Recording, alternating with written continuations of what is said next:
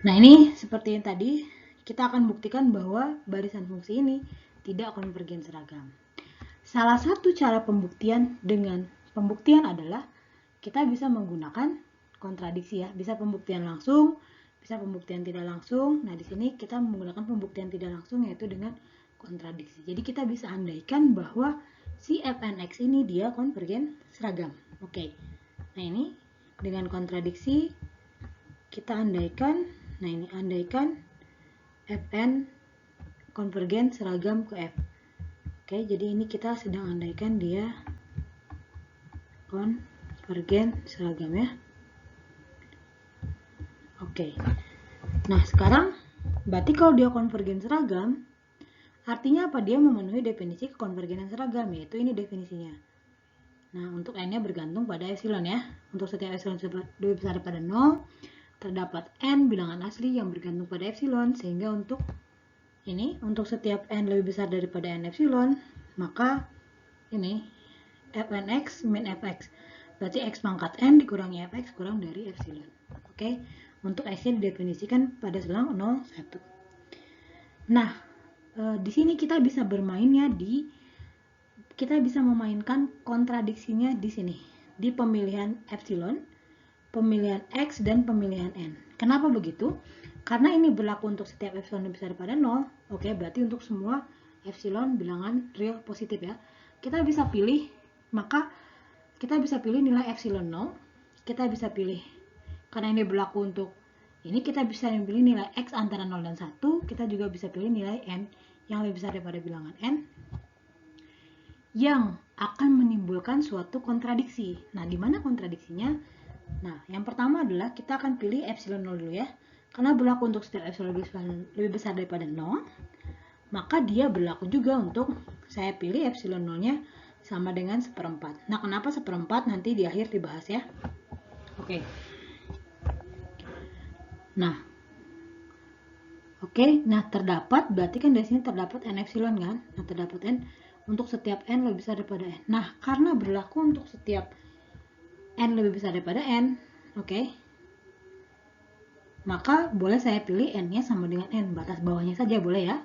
Oke, nah sekarang, nah ini akan menimbulkan kontradiksi. X pangkat n min fx kurang dari seperempat kan, karena dia kurang dari epsilon. Nah, epsilonnya kita pilih 1/4. Oke, ini dibintangin karena akan kita panggil kembali, akan kita recall kembali. Nah, agak trikinya adalah di sini di pemilihan dari x-nya. Di sini saya pilih x-nya 1/2 pangkat 1/n. Nah, kenapa demikian? Biar di sininya pangkat n-nya hilang. Jadi x-nya dipangkatkan antara 0 1 yang pangkatkan 1/n. Nah, kita pilih yang dia kurang dari 1. Kenapa? Biar ini aja, biar kita pakai fx yang 0 aja di sini ya. Oke, nah dari sini berarti fnx-nya kurang dari fx itu dia, karena kita pilih n-nya sama dengan n ya. Berarti di sini n besar langsung. Berarti si xn di sini x pangkat n ya dimasukin. Nah, kalau saya masukin nilai x ini, berarti dia jadi setengah ya, setengah. Ini harusnya saya tulis setengah 1/n. Nah, ini dipangkatkan n lagi kan, dikurangi 0, berarti tinggal setengah min 0 gitu ya, sama dengan setengah. Nah, jadi sebenarnya pemilihan epsilon 1/4 ini untuk trik aja biar dia selalu lebih kecil daripada setengah. Boleh saja saya pilih di sini misalkan epsilonnya 1/3, boleh saja, karena 1/3 selalu kurang dari 1/4. Nah, kalau di sini saya misalkan mau pilih 1/4 angkat 1/n juga boleh, asal si epsilon 0-nya di sini dipilih yang lebih kecil daripada 1/4, karena nanti jadinya kesininya dia jadi 1/4. Oke, berarti harus pilih yang lebih kecil, boleh pilih 1/5 gitu ya. Jadi ini hanya trik saja untuk mengakali bahwa akan terjadi kontradiksi kalau di sini dia kurang dari 1/4, di sini dia lebih dari 1/4 gitu ya, hanya untuk mengakali agar terjadi kontradiksi. Nah, dari sini kita melihat adanya kontradiksi. Dengan pemilihan epsilon yang tepat, dengan pemilihan x yang tepat, dengan pemilihan n yang tepat, dari ketiga ini kita bisa menimbulkan kontradiksi di sini, yang mengatakan bahwa si nilai xn min fx itu dia lebih besar daripada 1/4. Padahal di awal berdasarkan definisi kita harus mendapatkan dia kurang dari 1/4. Maka terjadi kontradiksi. Karena berlaku kontradiksi maka pengandaian salah. Haruslah Fn tidak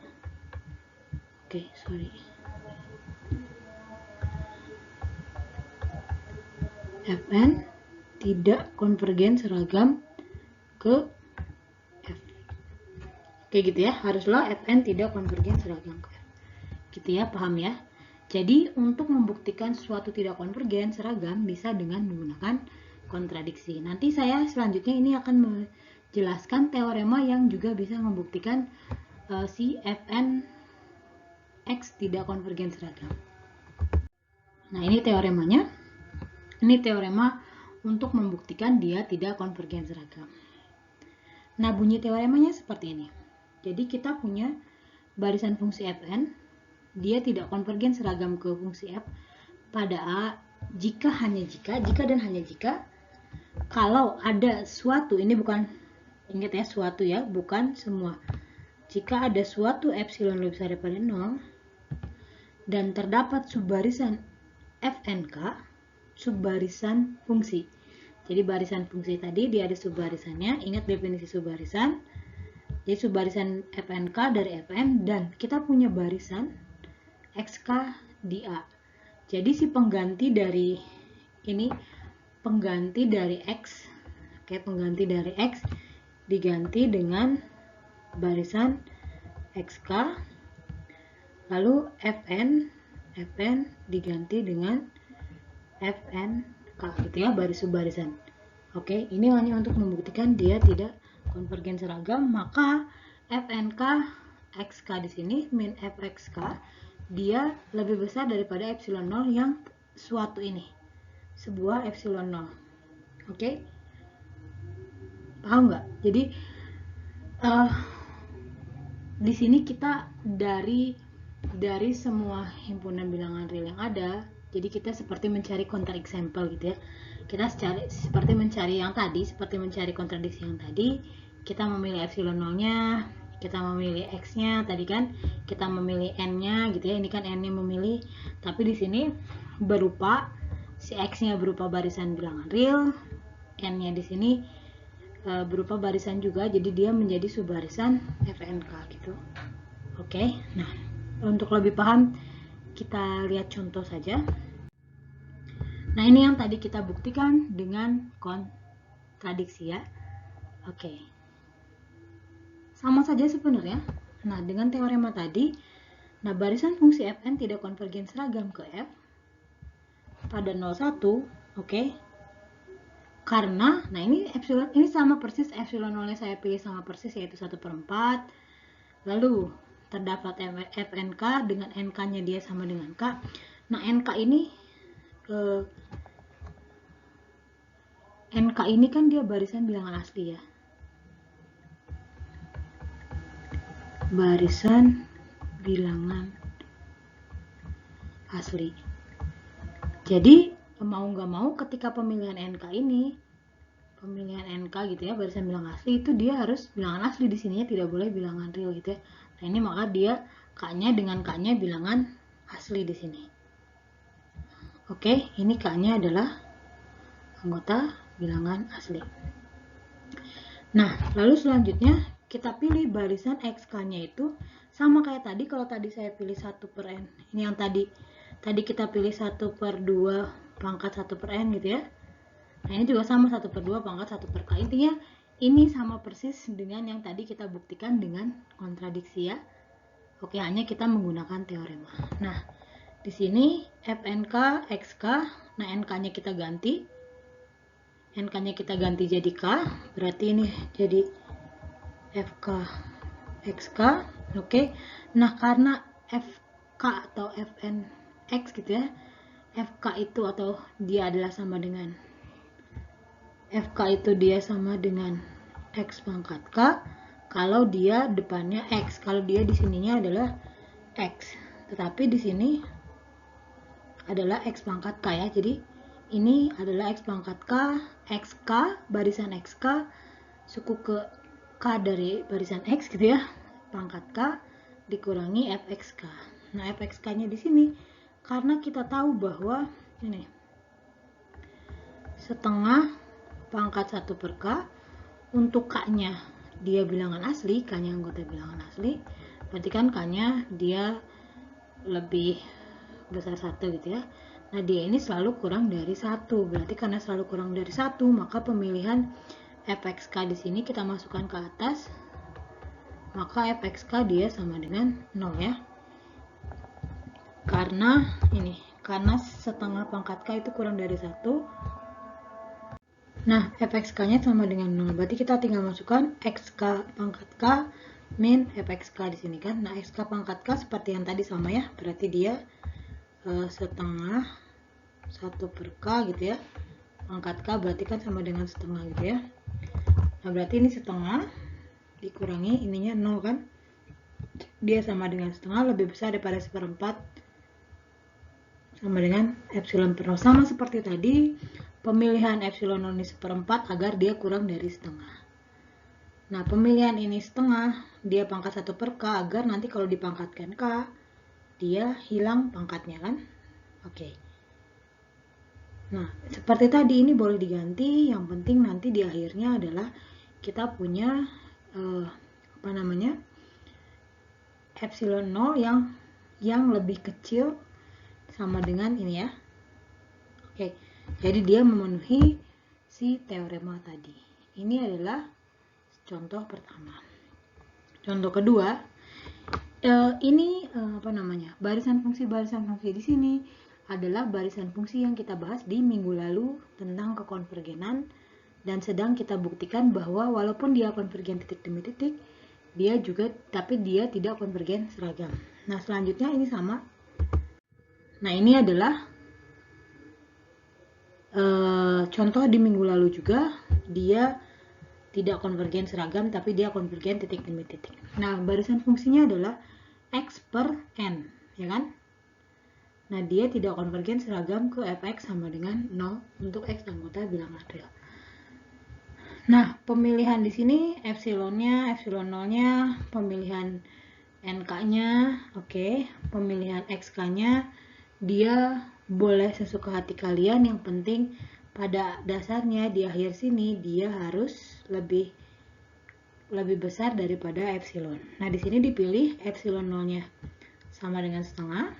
Oke, NK-nya dipilih sama dengan K. Nah, XK-nya dia K. Jadi ini adalah barisan bilangan real atau khususnya barisan bilangan asli ya. Ini NK-nya sama XK-nya sama. Nah, ini berarti ini sama dengan FK XK gitu ya. Nah, berarti apa? Berarti tinggal kita ganti si X di sini dengan X pangkat K. Betul ya? Berarti si N di sini dengan NK atau di sini dengan K. Oke. Bukan X pangkat K di sini, XK barisan. Nah, karena si XK-nya adalah K, oke, berarti ini adalah K per K. Oke, nah sekarang karena si K ini dia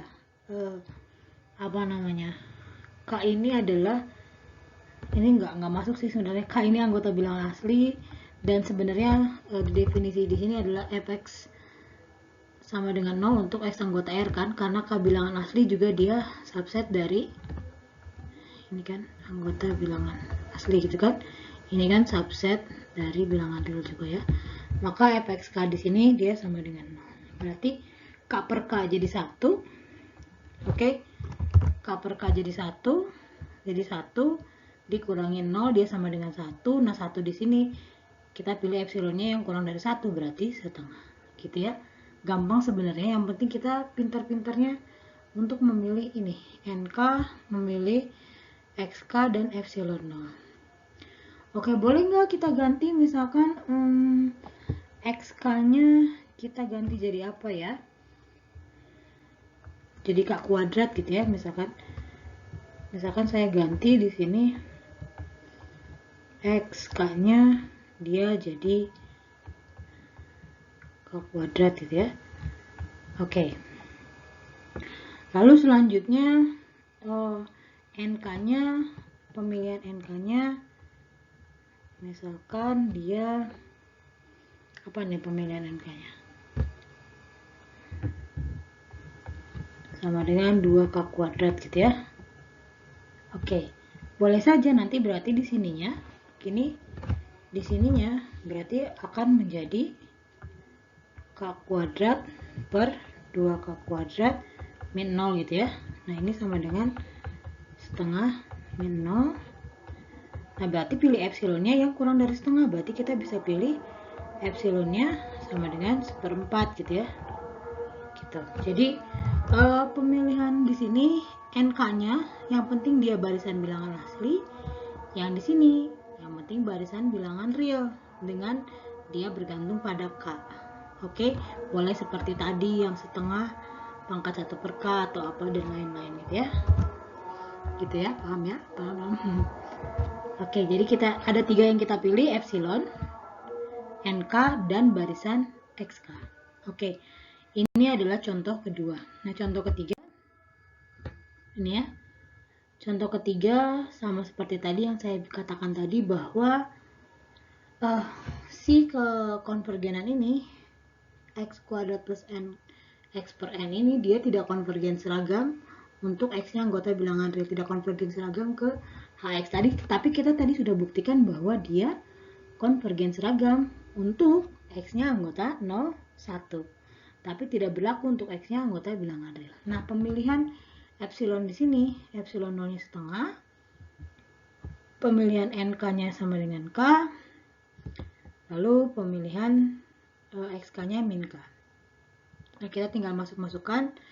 Berarti dari sini kita tinggal ganti X kuadratnya dengan X pangkat K, X pangkat K XK kuadrat gitu ya, plus N-nya diganti dengan K, berarti kan N-nya diganti dengan NK, lalu diganti dengan K, berarti diganti X-nya dengan XK per N-nya diganti dengan K. Nah, dari sini XK-nya sama dengan min K, berarti min K kuadrat plus K dikalikan min K ya. Oke, saya salah sepertinya. Oke, per K gitu ya. Oke. Nah, di sini harusnya min K. Nah, di sini jadi diperoleh K kuadrat min K kuadrat per K. Nah, dia jadi 0 di sini. Oke, nah di sini HXK-nya tinggal diganti HX-nya di sini berarti sama dengan XK, XK-nya sama dengan min K. Min K jadi positif, berarti jadi 0 plus K. Nah, 0 plus K sama dengan K. Nah, karena K-nya di sini adalah bilangan asli, ingat K-nya adalah bilangan asli, berarti dia selalu lebih besar daripada 1 kan? Oke, karena dia lebih besar daripada 1, maka kita tinggal pilih saja epsilon 0-nya yang selalu kurang dari 1. Boleh setengah, boleh 1/4, boleh 1/1000, boleh 0,999 itu ya. Ini terserah kalian. Nah, jadi pemilihan si epsilon 0 di sini adalah apa saja yang penting dia selalu kurang dari 1. Oke, gitu. Paham ya? Jadi pembuktian tidak konvergen seragam dengan teorema. Oke, terima kasih. Sekian pertemuan hari ini tentang kekonvergenan seragam dan ketidakkonvergenan seragam.